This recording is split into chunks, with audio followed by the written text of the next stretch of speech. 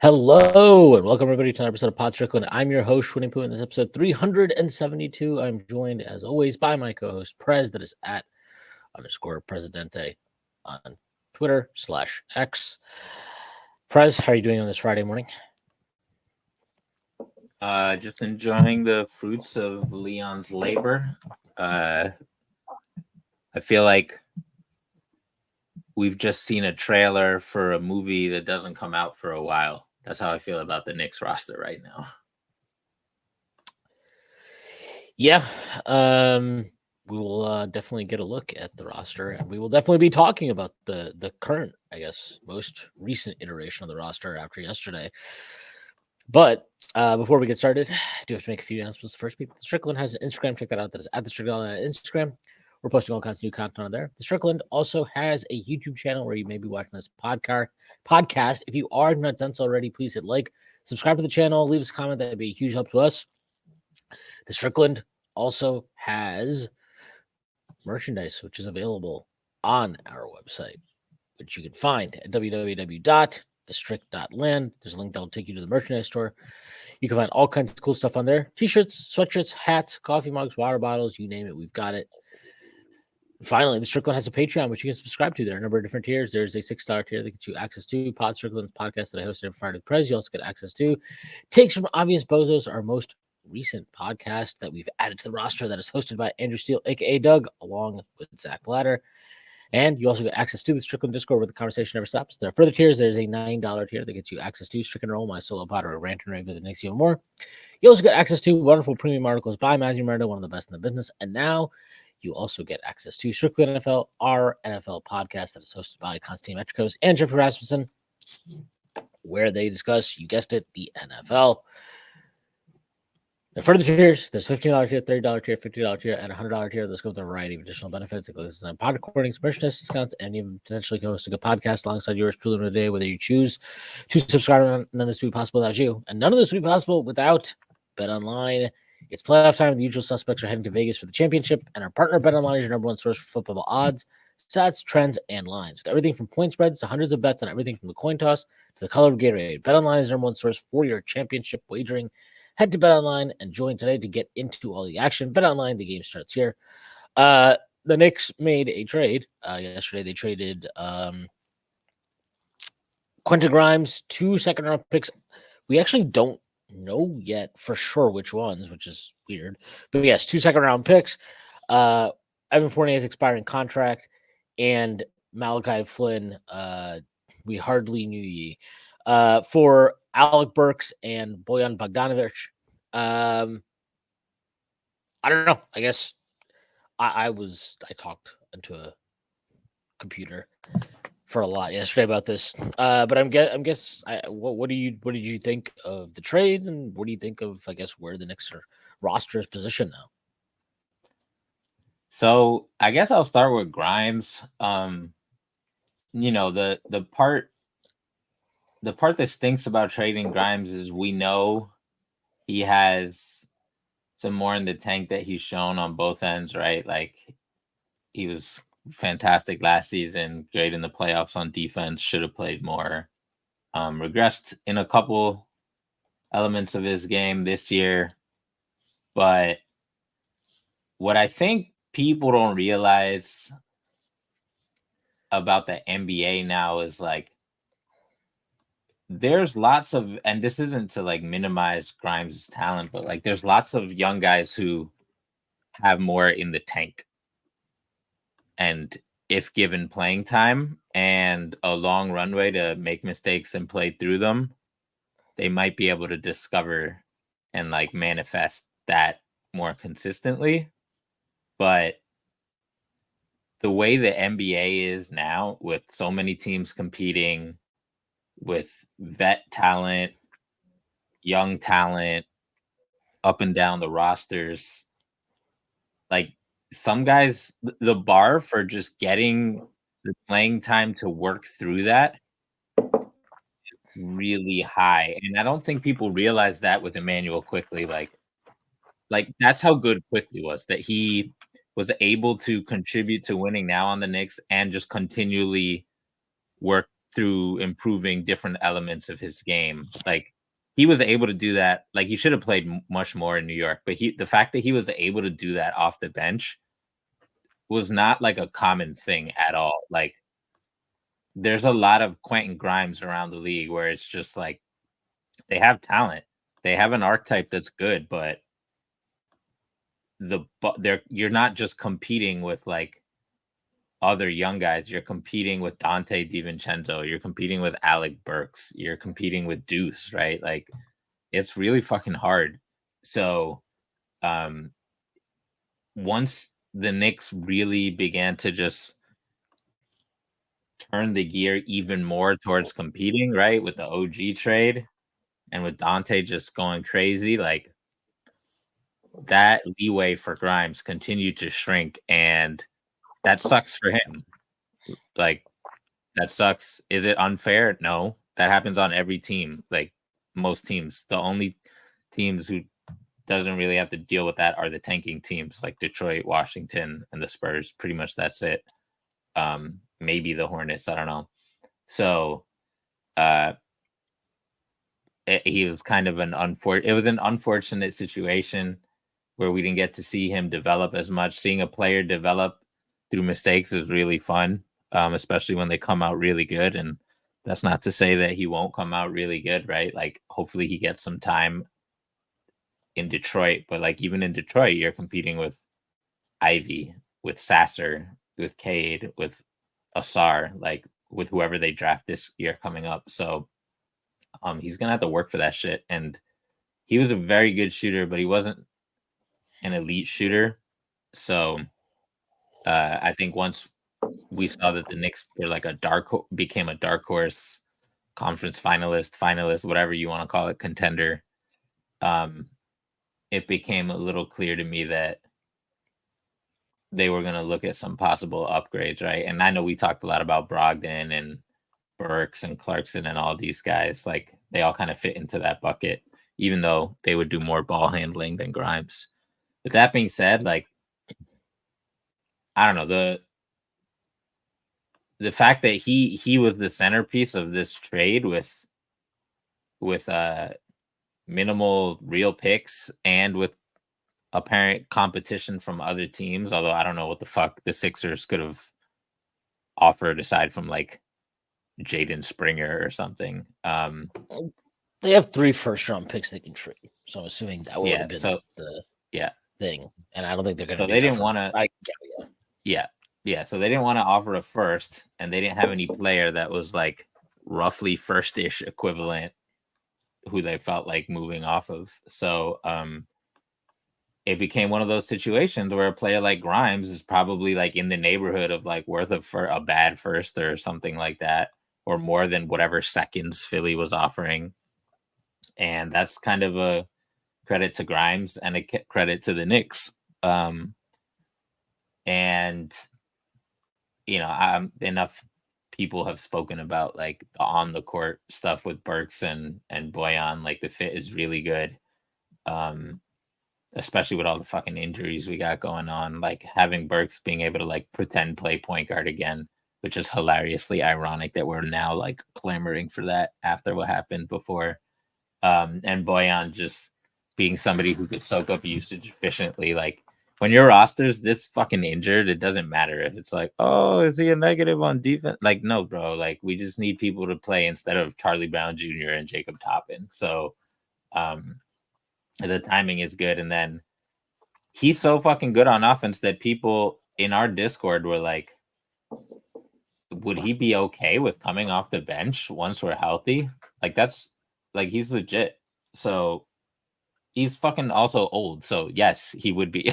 He would be very okay with coming off of the bench behind all-stars and very good players like OG Anunoby. And he's probably going to be at least on offense, the best sixth man in the NBA by a good margin if we're healthy.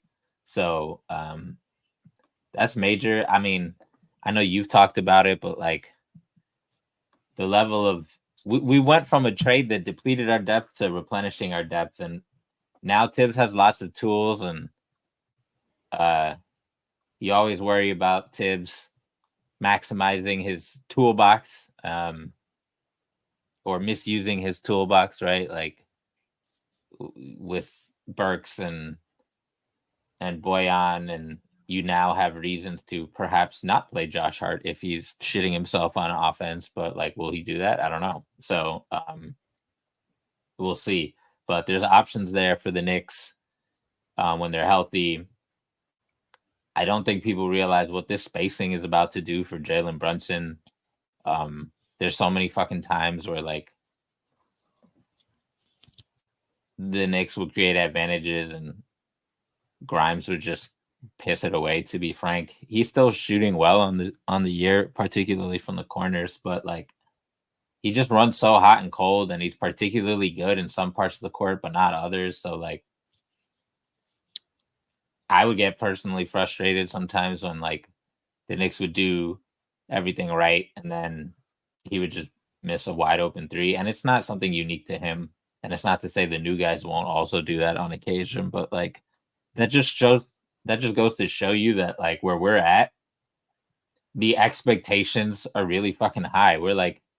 I'm like, they should make every open three as if this is like a championship contender, right? Like that's what Dante DiVincenzo does. He makes every open three. That's what like these fucking guys on the Celtics do, right? Whatever. That's what Jamal Murray and Michael Porter Jr. do. Like, so I feel like my mind has almost just passively slipped into expecting them to play like a contender, even if I have more cowardly tendencies than you about calling them a contender. So I guess that's my 2 cents on it. I'm looking forward to them playing. Hopefully, when's our next game? Tomorrow? Yeah. I gotta imagine they travel today and be ready to suit up tomorrow. So it might be a little weird, but all hands on deck right now. So we'll see, man. I'm fucking excited. This team is fucking stacked. They got, we talked before about how like Brown and Brogdon were the guys who had the big contract that was also important should the Knicks want to trade for a star, and Bojan has that as well. So he checked that box. So I mean, it's in a trade deadline where a lot of teams didn't do shit. Like the Knicks being very practical, just like graded on a curve is like an A to me, even if it's like, oh, it's not a superstar trade or it's not a fleecing or whatever. So good job, Leon. I think that I don't know.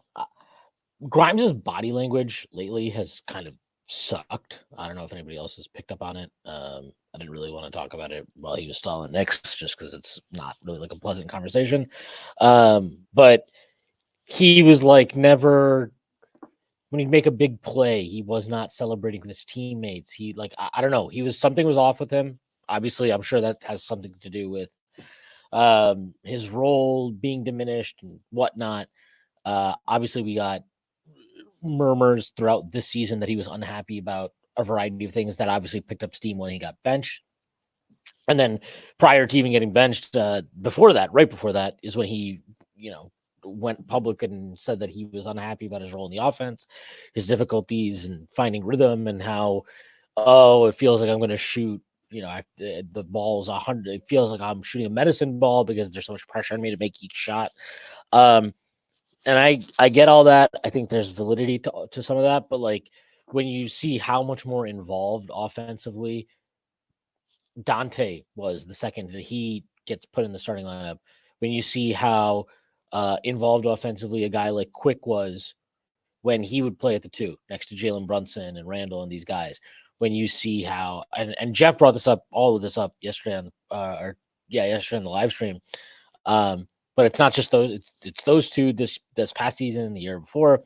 But also you have a guy like Evan Fournier, when he was starting, he was involved offensively. He got his touches and shots up. That's 3 guys. I don't know. Like at some point, if you're the odd man out, maybe that says something about you. Maybe you're doing something wrong. Maybe something is off there. Maybe your teammates don't trust you. Like maybe it's that simple. Maybe they did not trust him. And perhaps that lack of trust comes from, I mean, how many times would we see Julius Randle, like him and Grimes had zero chemistry in their 2-man game. And that's not to say that it's all on Grimes, but when Julius is able to have good chemistry with Dante DiVincenzo, I mean, in the past, we've seen him have good chemistry with Evan Fournier, Reggie Bullock, with Quickly. When he's able to have that chemistry with other players who nominally slotted in at your position, your role, I don't know. Like, there's something going on. There's something that you're at least partially responsible for there. And then the last thing I'll say is, maybe not the last thing. I'll probably say a few more things. But like, this is just total fucking speculation, whatever. Grimes did not feel like he was close to anybody on this team. And I know that sounds stupid, but like, he got traded yesterday. And I don't know if you got like any reaction from anybody on the team about it. And I get it. It's been one day. So what the fuck are they really going to say? Maybe they got asked questions about it in the post game and you just give some token answer if that. But I found it pretty interesting how, like, I don't know. It definitely felt different when you traded Quick and RJ for OG. Just kind of stands out to me. I'm not saying he's an asshole. I'm just saying that maybe he was the odd man out in the group for whatever reason. Because to me, this entire year, it's just felt like something is off with him. Something is off with how he's connecting with the team in whatever lineups. I thought, there was a little bit of a bounce after the trade for sure. He shot better from the field. He shot better from three. But the fundamental reality of his game was he showed very limited growth as a ball handler. Honestly, to the point where it was kind of concerning, where you're like, well, can I even trust this guy in pressure situations late in the game to toss the ball to him?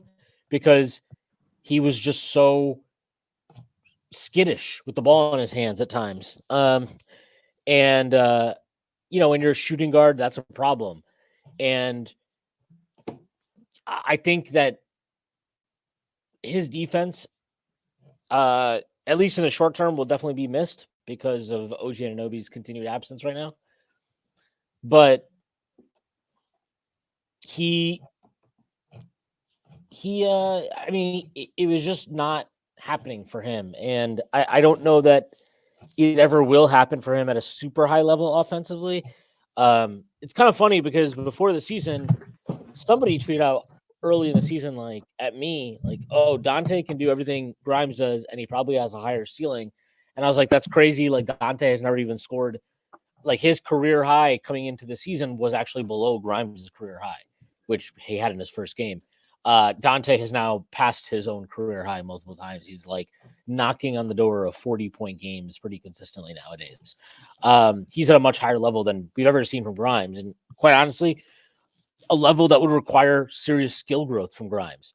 And betting on that skill growth, to your point that you made, like, the Knicks are really good. Your priorities have to change when you're really good. Maybe it's a possibility. I don't think it's a particularly high one, but it is a possibility that Quentin Grimes, in the long run, in 4 or 5, 6 years, we look back and we're like, holy shit, he is better than DiVincenzo. Maybe that happens. But the Knicks have to weigh some long-term stuff versus the present.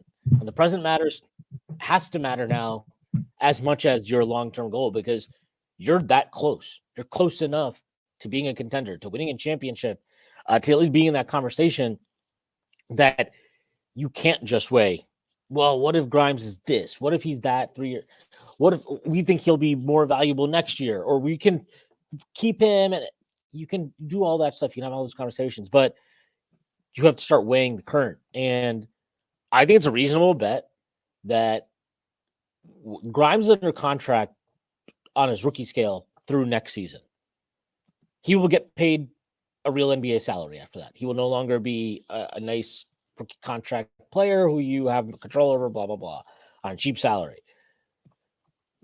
It's pretty reasonable to me that you would rather have Bogdanovic and Burks for the next 2 years than Grimes and those 2 second-round picks, and like you're Evan talking Fournier's- about who do you prefer as bench players, and Grimes' POA defense is useful, but like he's not. To me, he's not significantly more versatile of a defender than Deuce McBride. Like what you like ultimately need are guys that are gonna fucking help you win fucking games, and Right. they have to have skill sets that do it in different ways. And yes, Grimes' point of attack defense is very good. I mean, look, I'm not trying to minimize it. I did not think he had a particularly strong start to this season defensively, but I did think he had picked it up in the last few weeks to a very high level. I'll tell real quick, like the book was out on Grimes to some degree, and I don't think people realize that. Like, if you think of like Grimes' best defensive moments, right, versus Jimmy Butler, whatever, it's when guys play with the ball and let Grimes use his really good hands and his quickness to fuck that up. But this year, like players are like, he's not as strong as he looks. I'm gonna go into his chest, and there's nothing he was gonna do about it. CJ McCollum has done it. Markelle Fultz has done it. Like random other guards have done it, and it's like especially when you think of the matchups in the East. To your point about like we're good now. Like what guards? Like all the fucking guards in Boston will go into your chest. That's what they do. Like that Grimes is not really helping that much versus those guys one-on-one to me. And maybe he'll help versus Philly, but like nobody cares about Philly if Embiid's not there. So whatever. And like against the Bucks, like the guards are spot up shooters. So who gives a shit actually? Because Grimes is not doing anything versus Giannis or Chris Middleton. So like what? Like we're talking about the playoffs here. Like he's not particularly helpful in his current form. If you really need to lock up like someone to defend Dame, Deuce is as good a bet. I mean, OG is the best bet, right? But like Deuce is as good a bet as Grimes is. And as far as shooting goes, like Grimes is a good, not great shooter. Like if you look on cleaning the glass, which takes out garbage time and compares for position, he's pretty much average. He's in like the 50th percentile in terms of accuracy as a shooter for the 2-guard spot, both from the corners and above the break. So like he's fine, but like if you can bolster your bench with guys who give you real advantages on one end or the other, even if they're less well-rounded in some respects than Grimes, that's something you have to consider now. You have to consider matchups because the playoffs are about matchups, not about putting out like a theoretically well-rounded lineup that is good in a vacuum and all that shit. Like it's about matchups, man. Like we saw that shit last year, but we saw it both from the Knicks and from the teams we played. I mean, that's what I was kind of getting to is just the Knicks didn't have a guy off their bench right now that could go off for 20 a game. They don't have that. They did not have it. Bojan Bogdanovic gives that to you, assuming he moves to the bench at full strength, which I assume he would. Even if he doesn't, that means a guy like that would mean Dante moves to the bench. Like, okay, so I mean, it would be weird, but the point being, you'd still have that ability, a guy that can come in and get you 20 in a given night off the bench. We know Burks is capable of big quarters, big games also. Like, so they added more firepower. Did they lose something defensively? Sure. I think that's fair to say. And quite honestly, not just do they lose something defensively, I would say that a guy like Bojan is a bad defender. He's a flat out bad defender, and he's he's a really bad rebounder. Do I think some of that stuff will be mitigated because of the personnel he'll be playing alongside in New York? Yeah, for sure. But he's going to be a problem for them on that end of the floor. The thing is, though, he is a big time offensive player. I mean, this is a guy who isn't just like he's. Do I think that he should be a primary option for any team that's really good and has notions of delusions of grandeur, maybe some would say, but notions of grandeur anyway? No, like he shouldn't be averaging 20 points a game. Like he should not have to be leaned on to that degree. But even though his impact is not necessarily there when you're asking him to do that, what's very, very encouraging to see is that the efficiency is not a problem. So even this year, he's averaging 20.2 points per game. His splits are crazy. He's shooting 46.8 from the field, 41.5 from three, only 77.9 from the line, which is far down from his career of 36. But this guy's a sniper, man. He is a fucking sniper. He is somebody who is, you talk about Dante quick release, same deal. This guy's release, he just knows how to get shots off. 6'8". Yeah, his release is crazy. He can get a shot off against tight contests. He is a tight window shooter, which is, I think, very much was becoming a frustration for the Knicks with Grimes. If you remember prior to the season, a lot of stuff that Grimes talked about was coaches encouraging him to launch, you have the green light, take these shots. He did not take advantage of those opportunities. He did not create or maximize opportunities for himself either. You watch any highlight reel of Bojan and you see this guy, his ability to create offense despite a lack of burst, athleticism, whatever, is pretty spectacular. He knows how to use his body to create space in the mid-range and get to the rim, even despite not being a quality high-level athlete is definitely not the way to describe Bojan. But like the guy can flat out score the basketball. And he is a special scorer in that sense. Like he's no joke. He is averaging right now, or not averaging, but he is shooting 72.3% at the rim. He is shooting 41.5% from three. And I believe he's shooting something like 46% from mid-range combined. I'm not going to do the math right now. I don't have it in front of me. But he can shoot from everywhere, pretty much. He can shoot at every level. He can create shots for himself.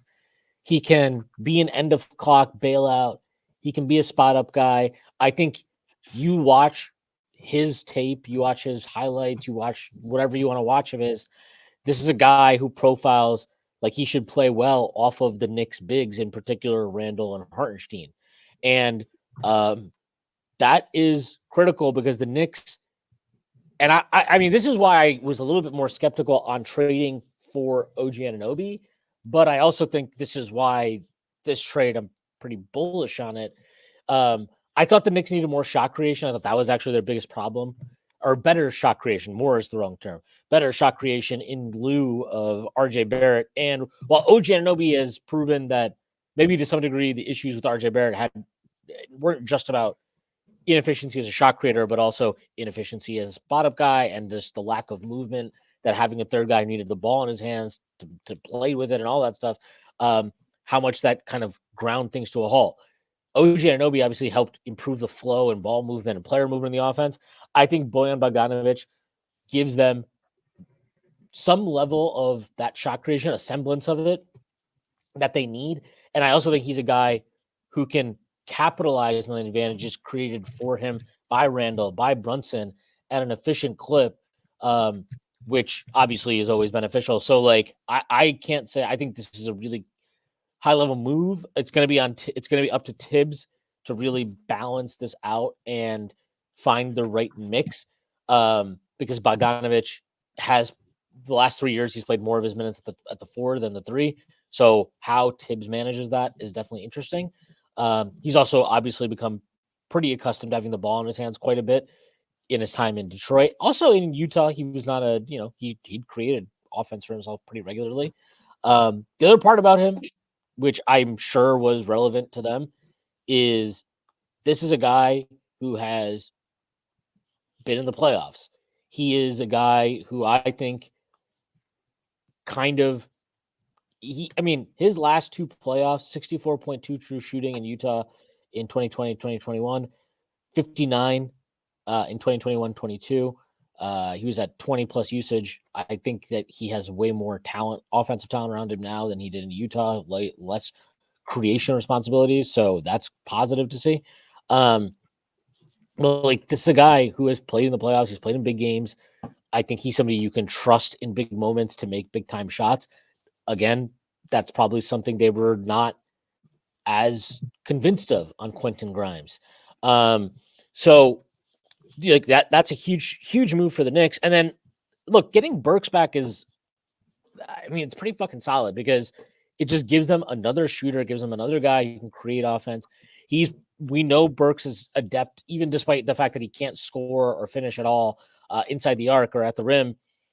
We know that he's adept at getting to the line. I think they missed that after losing Quick and RJ to a certain degree. They were able to offset it, but I do think they've missed it.